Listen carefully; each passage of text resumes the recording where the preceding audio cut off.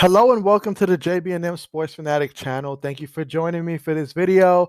And the New York Giants have claimed former Jaguars running back Ryquell Armstead. I'm adding another running back in which they did needed to address adding more running back depth. They figured that out last year when Saquon Barkley got hurt. However, they brought in a lot of running backs over the last couple of weeks, and so yeah, this is going to be a very crowded backfield, and I'm very intrigued to see how everything's going to play out. Now for Ryquell, he missed last year due to dealing with COVID.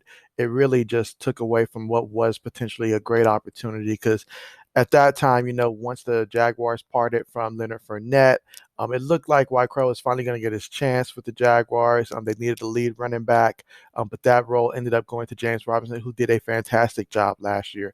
Pretty much saved my fantasy season. I'm just throw that in there. But certainly understand, the Giants doing their due diligence to bring in all these running backs here. Obviously, White there. They brought in Devontae Booker from the Las Vegas Raiders. Penny Elijah, Gary Brightwell, and then recently they signed former Eagles running back Corey Clement. So, yeah, they really are bringing in a lot of running backs. So this is definitely going to be one of the more competitive positions to try to make this team. But for the Giants, it does add a lot of depth, and so they'll choose who they want to retain.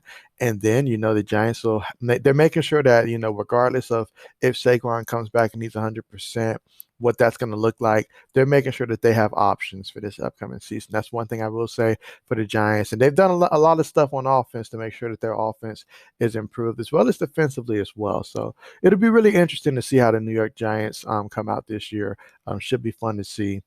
But going back to Wycrell, in 2019 with the Jaguars, he got to start one game, suited up for 16, had 35 rushes for 108 yards, and also combined that with 14 receptions for 144 yards and 2 receiving touchdowns.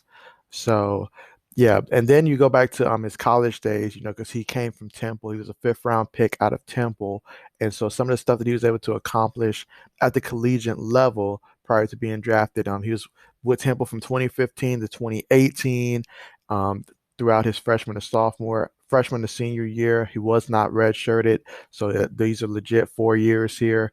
He's had 573 carries for 2,812 yards, averaging 4.9 yards a carry and 34 touchdowns, and also add in 29 receptions for 175 yards on top of that. So, yeah, definitely a productive player at Temple. And so it's good for the Jaguars to add a guy like this. Like I mentioned, they've already, pretty much addressed the need that they had in terms of needing depth. But hey, this allows you to choose the best of the best, see who really comes in and fits what you're looking for. And then, like everyone else, I'm sure that they'll find opportunities elsewhere. They're just, that talented. So this will be intriguing to see, as well as just to see, how does Saquon look? Is he going to still be able to carry as many carries as he was previously? How do the Giants want to utilize this? Are they looking to utilize, more depth at the running back position? There's a lot to be seen moving forward, but certainly exciting if you're a Giants fan to see how this all plays out. But with that being said, thank you so much for joining me for this video. Hope you enjoyed it. And as always, as more news continues to drop, you can be sure to find it here. So thanks again for watching and have a great rest of your day.